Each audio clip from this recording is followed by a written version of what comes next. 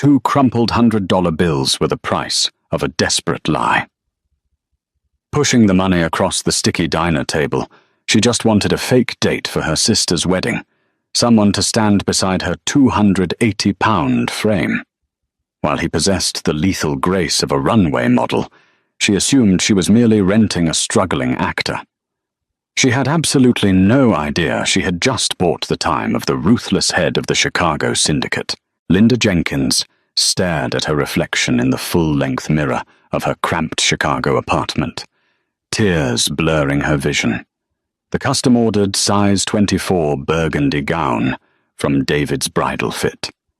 But in her eyes, it only highlighted every roll, every curve she had spent her life trying to hide. She was fat. There was no sugarcoating it, no polite, curvy, or big-boned euphemism that erased the reality of being 280 pounds in a society that worshipped the thin. Tonight was her younger sister Savannah's wedding at the prestigious Drake Hotel. It was supposed to be a joyous occasion, but for Linda it was an impending execution.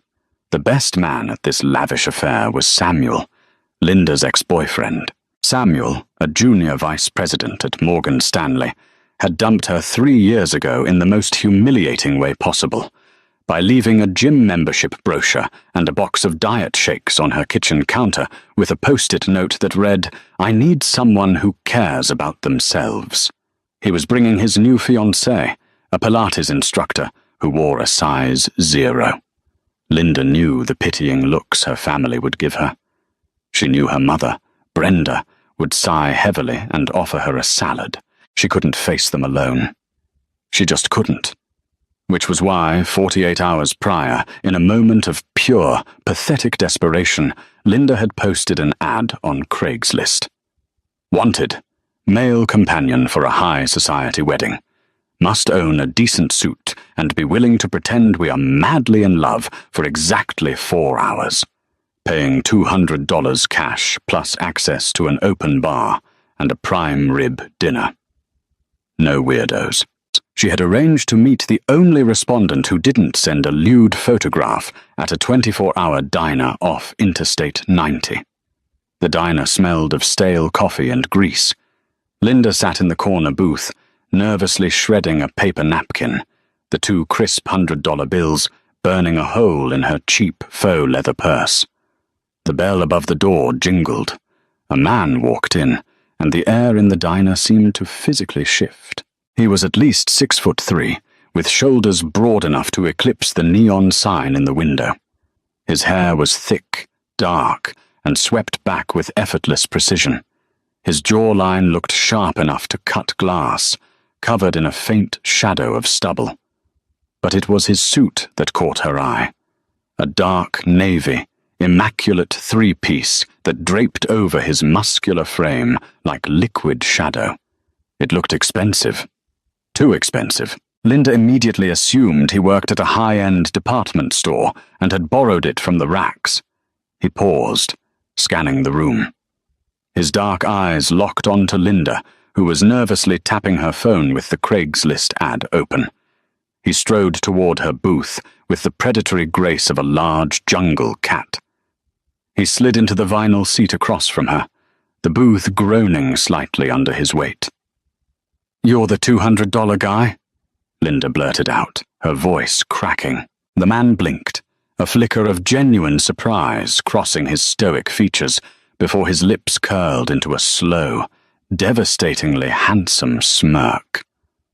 "I can be." His voice was a deep, gravelly baritone that sent a sudden, unbidden shiver down Linda's spine. "I'm Linda," she said, trying to maintain her composure. She pushed the 2 bills across the table. "Here's the deal. My ex is going to be there. He's a jerk. My family is going to look at me like I'm a tragic charity case because I'm... Well, you have eyes. I take up space. I just need you to hold my hand, tell a few believable lies about how we met at a bookstore, and look at me like I actually matter."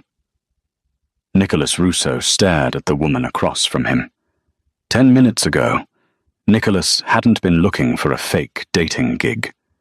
He was the reigning boss of the Russo crime family, overseeing a multi-million-dollar illicit empire stretching from Chicago to New York.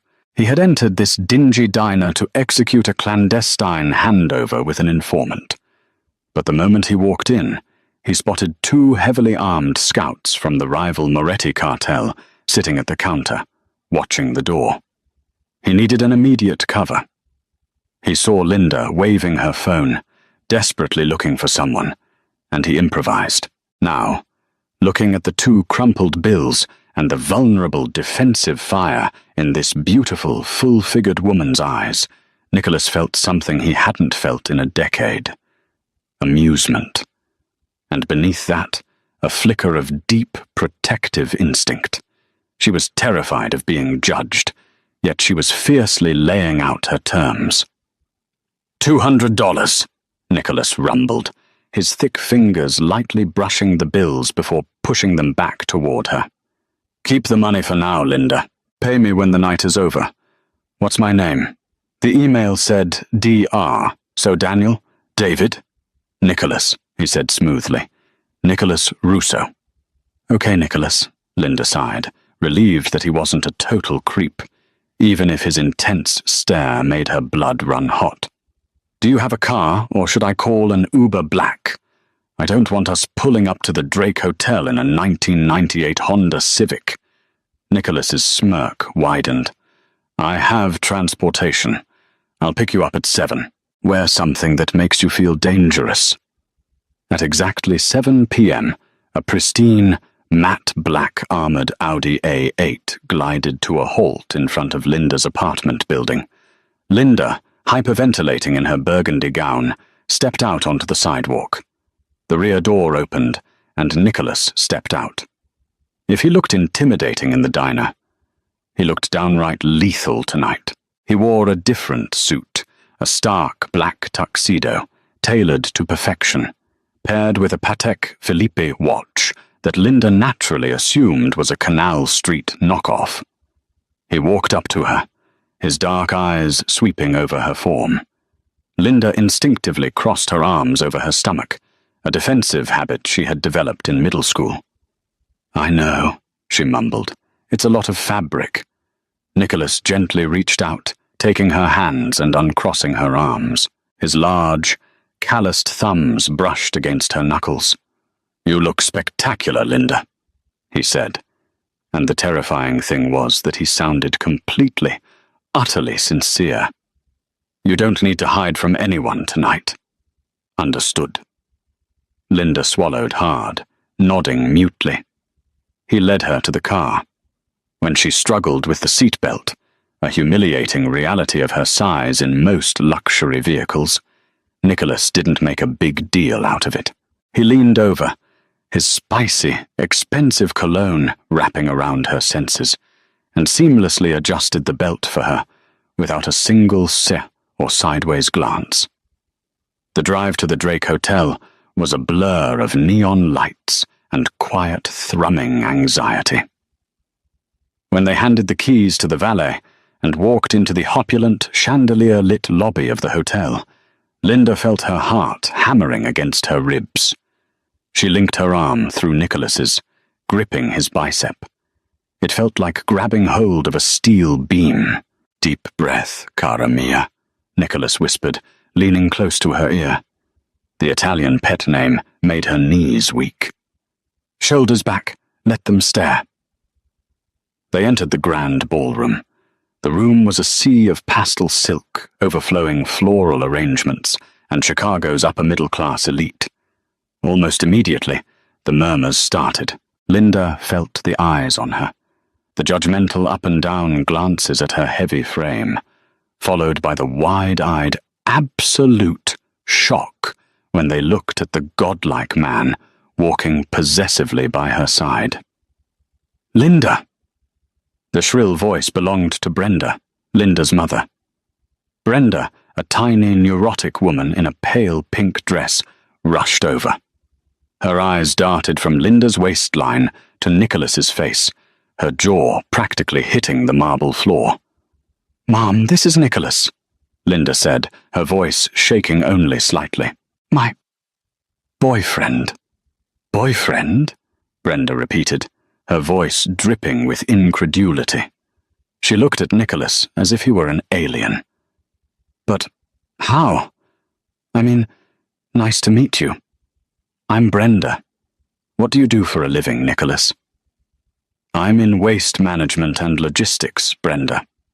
Nicholas lied smoothly, flashing a dangerously charming smile. But mostly, I spend my time trying to keep up with your brilliant daughter. Before Brenda could recover from the shock of someone complimenting Linda, the moment Linda had been dreading arrived. Well, well, well, if it isn't Linda. Linda froze. She turned to see Samuel approaching. He wore a smug, punchable smirk, his arm wrapped tightly around Jessica, a blonde woman so thin she looked like she might snap in a strong breeze. Samuel, Linda said, her throat tightening. Didn't expect you to show up, honestly. Samuel sneered, looking Linda up and down with barely concealed disgust. Thought you might sit this one out. You know the chairs here have armrests, right? Might be a tight squeeze. Linda felt the tears burning the back of her eyes. It was happening exactly as she feared. She opened her mouth to defend herself, but before she could utter a word, Nicholas stepped forward. He didn't yell. He didn't raise his voice. He simply shifted his towering frame so he was standing directly in front of Samuel. The ambient temperature in the room seemed to drop by 10 degrees. And you are? Nicholas asked, his voice a lethal, silken purr. Samuel. He puffed his chest out, trying to match Nicholas's alpha energy, but looking like a shivering chihuahua in comparison. I'm a VP at Morgan Stanley. A junior VP, Nicholas corrected casually, adjusting his platinum cufflinks. Managing the mid-cap portfolios. Poorly, from what I hear. Samuel paled, his smug expression faltering. How do you... I know a lot of things, Samuel, Nicholas interrupted, stepping half an inch closer. The sheer, overwhelming aura of violence rolling off Nicholas was palpable. I know that a man who concerns himself with the physical dimensions of a woman out of his league is usually overcompensating for profound inadequacies elsewhere. I also know that if you ever speak to my girlfriend with that tone again, you won't have to worry about your promotion at Morgan Stanley, because you won't have a jaw left to speak with. Do we have an understanding? Samuel's mouth opened and closed like a fish out of water. Jessica took a frightened step back. Samuel swallowed hard, his eyes wide with genuine terror. I was just joking. Laugh, then, Nicholas commanded quietly. Samuel let out a pathetic, nervous chuckle, grabbed Jessica's hand, and practically fled toward the open bar. Linda stood frozen, her heart soaring and her mind racing. She stared at Nicholas. How did you know he was a junior VP? She whispered. Nicholas winked at her, his terrifying demeanor evaporating into warm charm. I read his name tag and made an educated guess. Come on, let's get a drink. He led her to the VIP bar. Instead of ordering the standard house wine, Nicholas spoke quietly to the bartender. A moment later, the bartender emerged from the back room, carrying a dusty bottle of Macallan 1926. He poured 2 glasses and handed Nicholas a bill. Nicholas produced a solid, black, heavy metal credit card without a name or numbers on it and tapped it. That must have cost a fortune, Linda hissed, panicked. I only have $200. It's on the house, Nicholas lied effortlessly, handing her the crystal glass. To the most beautiful woman in the room. They drank, and for the first time in her life, Linda felt invincible. Nicholas pulled her onto the dance floor. He didn't hold her at arm's length. He pulled her flush against his solid chest, his large hand resting firmly on the curve of her lower back, holding her as if she were the most precious, delicate thing in the world. You're shaking, Nicholas murmured into her hair. I'm just waiting to wake up, Linda admitted softly, looking up into his dark, fathomless eyes. Guys like you don't look twice at girls like me. Guys like me, Nicholas said, his voice lowering to a husky whisper, spend their whole lives looking for something real in a world full of fakes. You're real, Linda. Linda felt a flush rise to her cheeks. She was actually starting to fall for a man she rented on Craigslist, but the fantasy was about to shatter. Over Nicholas's broad shoulder, Linda noticed the heavy oak doors of the ballroom swing open. Two men entered. They weren't dressed in pastels or tuxedos. They wore cheap, ill-fitting dark suits, and their eyes were scanning the crowd with frantic, deadly intent. One of them reached inside his jacket, the unmistakable bulge of a firearm visible against the fabric. Nicholas's entire body tensed against hers. The warm, charming fake boyfriend vanished in a microsecond, replaced by something cold, sharp, and terrifyingly calculated. His grip on her waist tightened to the point of bruising. He didn't look at the men, but he knew they were there. Linda, Nicholas whispered, his breath hot against her ear, his tone brooking absolute obedience. Do not scream. Do not let go of my hand. We are leaving this ballroom right now. Nicholas didn't wait for Linda's brain to process the command. His hand shifted from her lower back to her wrist, his grip like a vice of warm iron, and he pulled. They didn't run. Running would draw attention. Nicholas navigated the crowded ballroom with the terrifying precision of a shark cutting through a school of oblivious fish. He shoved past a cluster of bridesmaids, his broad shoulders clearing a path as he dragged Linda toward the heavy, swinging doors of the catering kitchen. Nicholas, what are you? Linda gasped, her size 24 burgundy dress catching on the edge of a cocktail table, sending a tray of champagne flutes crashing to the floor.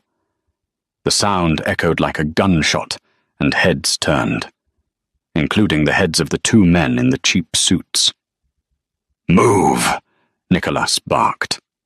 The polished facade was entirely gone. He slammed his shoulder into the kitchen doors, dragging Linda into a chaotic world of shouting chefs, clattering stainless steel pans, and the overwhelming smell of roasting prime rib. The kitchen staff froze at the sight of the towering man in the bespoke tuxedo, and the panicked, heavily breathing woman trailing behind him. Linda was suffocating, her thighs rubbed together painfully under the layers of tulle, her lungs burning as she struggled to keep up with his massive, ground-eating strides. This is it, her mind screamed. This is a Craigslist killer. I paid $200 to get murdered behind a deep fryer. I can't.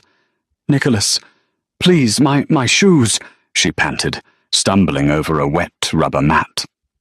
Nicholas didn't hesitate. He scooped her up, all 280 pounds of her. He didn't grunt. He didn't buckle.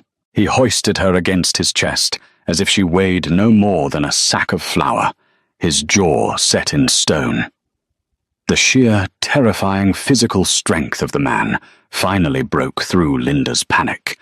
He kicked open the rear fire exit, bursting out into the humid, garbage-scented air of the loading dock, just as the kitchen doors behind them blew open. "Russo!" a voice shouted. A loud, deafening crack split the night air. Brick dust exploded a mere 3 inches from Linda's face. Someone was shooting at them. Actual, real-life bullets. Nicholas dropped Linda behind a massive steel dumpster. "Stay down. Cover your ears," he commanded, his voice eerily calm.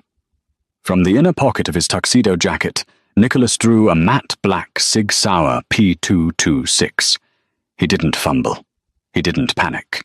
He stepped out from the cover of the dumpster, raised the weapon with single-handed, terrifying proficiency, and fired twice. Pop, pop, 2 sickening thuds, followed by a blood-curdling scream echoed in the alley. Linda curled into a ball, shaking uncontrollably, her manicured hands clamped over her ears. A moment later, Nicholas was hauling her back to her feet, his gun casually holstered. The two men from the ballroom were writhing on the concrete, both clutching shattered kneecaps. "The car is at the end of the alley. Run," Nicholas ordered. Linda ran. She ran harder than she ever had in her life, her heels abandoned somewhere near the dumpsters.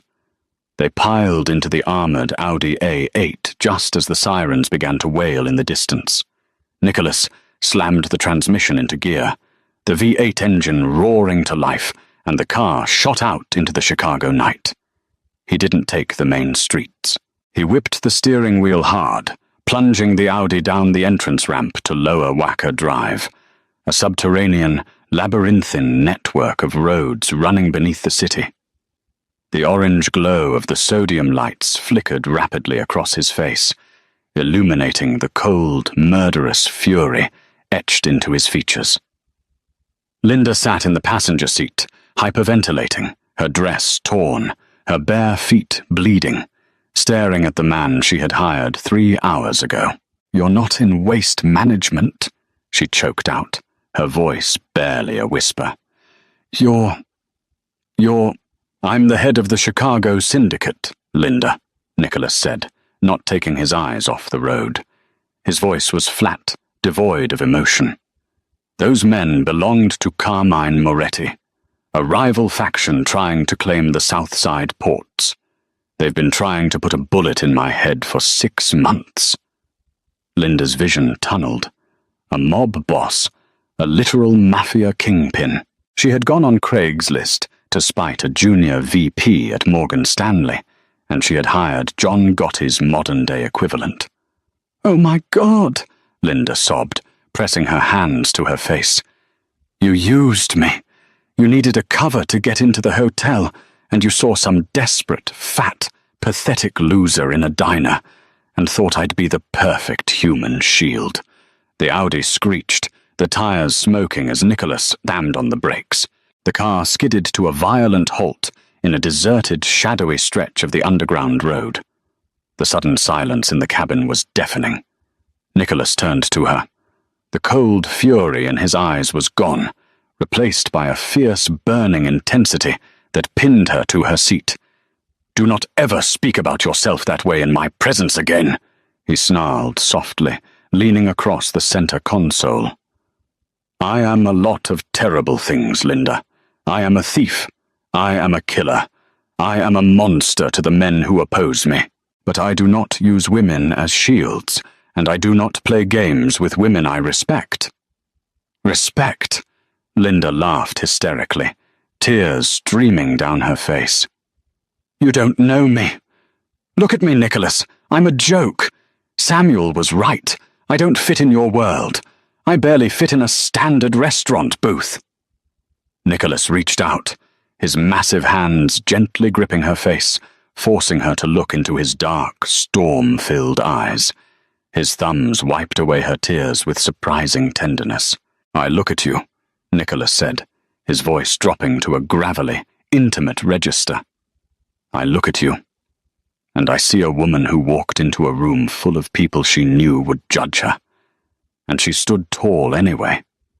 I see a woman who had the guts to look a stranger in the eye and demand what she was worth, even if it was just $200. In my world, everyone lies. Everyone is a fake. You are the most spectacularly real thing I have ever touched." His thumb brushed her lower lip. "You are beautiful, Linda. Every inch of you. And if Samuel or anyone else ever makes you feel otherwise, I will dismantle their lives brick by brick." Linda's breath hitched. She searched his face for any sign of mockery, any hint of a cruel joke. But there was nothing but raw, unfiltered devotion. "Now," Nicholas said, pulling back slightly and shifting the car back into drive. "We need to get to a safe house. The night isn't over." They arrived at an ultra-secure penthouse in Fulton Market.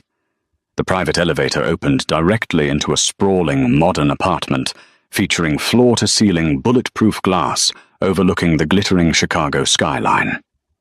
Within 20 minutes, the penthouse was swarming with Nicholas's men, broad-shouldered enforcers in tailored suits, pacing the hallways, barking orders into burner phones. Linda sat on a massive leather sofa, dwarfed by the sheer scale of the room and the magnitude of the situation. One of Nicholas's lieutenants, an older man named Matteo, with a vicious scar across his neck, had respectfully handed her a warm cup of tea and a pair of Nicholas's cashmere sweatpants to change into. Nicholas was standing by the window, his tuxedo jacket discarded, the sleeves of his white dress shirt rolled up over thick, tattooed forearms. He was on the phone, his voice a low, lethal hum that commanded the absolute silence of the room. "Tell Moretti if he ever points a weapon in the vicinity of my woman again, I won't just kill him. I'll burn his supply lines, I'll seize the ports, and I'll make sure his bloodline ends in that alley." Nicholas hung up the phone, snapping it in half and tossing it into a trash can. He walked over to the sofa and sat down next to Linda. The cushion dipped heavily under his weight.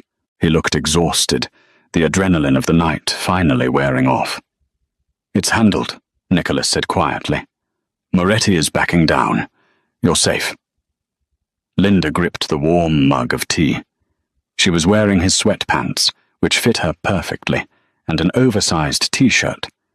She felt raw, stripped of her armor, yet bizarrely safe, surrounded by armed mafia enforcers. "What happens now?" Linda asked, not daring to look at him. "Do I go back to my apartment? Do you need your $200? Nicholas let out a low, rumbling chuckle. He reached into his pocket and pulled out the 2 crumpled $100 bills she had given him at the diner. He placed them gently on the glass coffee table. "I'm keeping the money," Nicholas said, his eyes locking onto hers. "It's a retainer." Linda frowned. "A retainer for what?" "For you," Nicholas said, leaning in close. "I meant what I said in the car, Linda. I don't want the plastic women who orbit my world.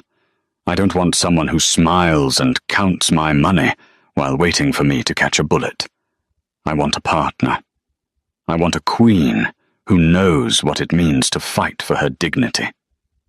"Nicholas, I manage a mid-tier paper supply branch," Linda whispered, her heart hammering wildly. "I'm not a mafia queen. I don't know how to shoot a gun. I like baking sourdough bread and watching true crime documentaries. I'm fat, I'm loud, and I have a panic attack if the barista gets my Starbucks order wrong." "I'll handle the guns," Nicholas smiled, reaching out to tuck a stray strand of hair behind her ear. "You can handle the rest. Let me take care of you, Linda. Let me show you what it feels like to be worshipped exactly as you are." He leaned in, and Linda closed her eyes. When his lips met hers, it wasn't a tentative, polite kiss. It was a claiming. It was a promise signed in blood and fire. His large hands gripped her waist, pulling her soft, full curves flush against his hard, muscular frame. There was no hesitation, no holding back. He devoured her with a desperate, consuming hunger that made Linda's head spin. For the first time in her 28 years, Linda didn't feel the need to suck in her stomach or hide her body. She felt adored. She felt powerful. 6 months later, Linda stepped out of the matte black armored Audi A8, the bitter Chicago wind whipping her hair. She wore a custom-tailored emerald green wool coat that accentuated her lush curves, paired with knee-high leather boots. 2 massive enforcers flanked her instantly, their eyes scanning the street. She walked into the lavish lobby of the Morgan Stanley building in downtown Chicago. She marched past the reception desk, ignoring the protests of the security guard, and pushed open the glass doors to the mid-cap portfolio management floor. Samuel looked up from his cubicle, his face drained of all color. He looked thinner, ragged, with dark circles under his eyes. "Linda," Samuel stammered, dropping his pen. She didn't raise her voice. She walked calmly up to his desk, her presence demanding the attention of the entire floor. "Hello, Samuel," Linda said smoothly. "I heard you've been having a tough quarter. Clients pulling out, accounts being mysteriously frozen. Just terrible luck." Samuel swallowed hard, looking at the two imposing men standing silently behind her. "What do you want, Linda?" "I don't want anything," Linda smiled, adjusting the massive 3-carat flawless diamond on her left ring finger. "My fiancé just wanted me to drop off a message. He recently acquired a majority stake in this firm's real estate holdings, and he doesn't like his properties being managed by men who lack personal integrity." Samuel looked like he was about to vomit. "Linda, please. I'm getting married in a month. I can't lose this job." "You should really care more about yourself, Samuel," Linda said, echoing the exact words he had left on that post-it note 3 years ago. She turned on her heel and walked out, leaving Samuel to his ruin. When Linda stepped back into the Audi, Nicholas was waiting in the back seat. He pulled her into his lap, burying his face in the crook of her neck, inhaling her sweet vanilla scent. "How did it go, Mia Regina?" Nicholas murmured against her skin. "Perfectly," Linda smiled, wrapping her arms around his thick neck. She glanced at the dashboard. Framed perfectly above the center console, encased in thick glass, were 2 crumpled $100 bills. The best investment she had ever made. Did Linda make the right choice, staying with a lethal mafia boss, or should she have walked away from the danger? Let us know what you think of this crazy true love twist in the comments below. If you loved this dramatic revenge story and want more gripping, real-life romance tales, smash that like button, share with your friends, and hit subscribe so you never miss a video.